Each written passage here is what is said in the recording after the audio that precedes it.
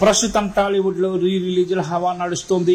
అప్పట్లో hit flop తో సంబంధం లేని సినిమాలను ప్రేక్షకుల కోసం మళ్లీ రిలీజ్ చేస్తున్నారు దర్శక నిర్మాతలు. రీ రిలీజ్ సినిమాలు ఎక్కువగా పెద్ద హీరోల సినిమాలే ఉంటున్నాయి. అప్పట్లో యావరేజ్ గా ఆడిన సినిమాలు కూడా ఇప్పుడు బాక్స్ ఆఫీస్ వద్ద దుమ్ము దులుపుతున్నాయి. అంతేకాక ఇప్పుడు పెద్ద హీరోల సినిమాలు లేవు కాబట్టి ఈ గ్యాప్ లో పాత సినిమాలతో డబ్బులు దండుకుంటున్నారు థియేటర్ యజమానులు. ఇప్పటికే వారానికి ఓ సినిమా రీ రిలీజ్ అవుతోంది.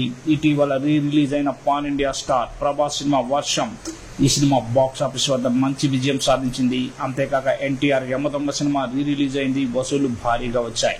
తాజాగా సూపర్ స్టార్ మహేష్ బాబు నటించిన కలేజా సినిమా రీ రిలీజ్ కి సిద్ధమైంది.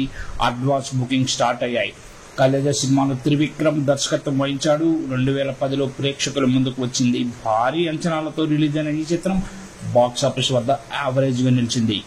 మహేష్ బాబుని ఇది వరకు ఎన్నడూ చూడని కామెడీ యాంగిల్లో డైరెక్టర్ త్రివిక్రమ్ చూపించారు. సినిమాలోని మహేష్ ప్రతి డైలాగ్ ను సూపర్ స్టార్ ఫ్యాన్స్ ఫుల్ గా ఎంజాయ్ చేశారు.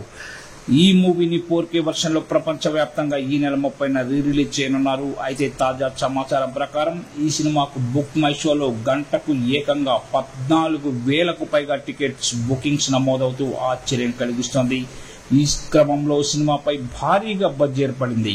ఇక ఇప్పటికే రీ రిలీజ్ అయిన మహేష్ బాబు పోకిరి, చీతమ్మ వాకిట్లో చిరుమల చెట్టు మూవీస్ బాక్స్ ఆఫీస్ వద్ద మంచి వసూలైతే సాధించాయి.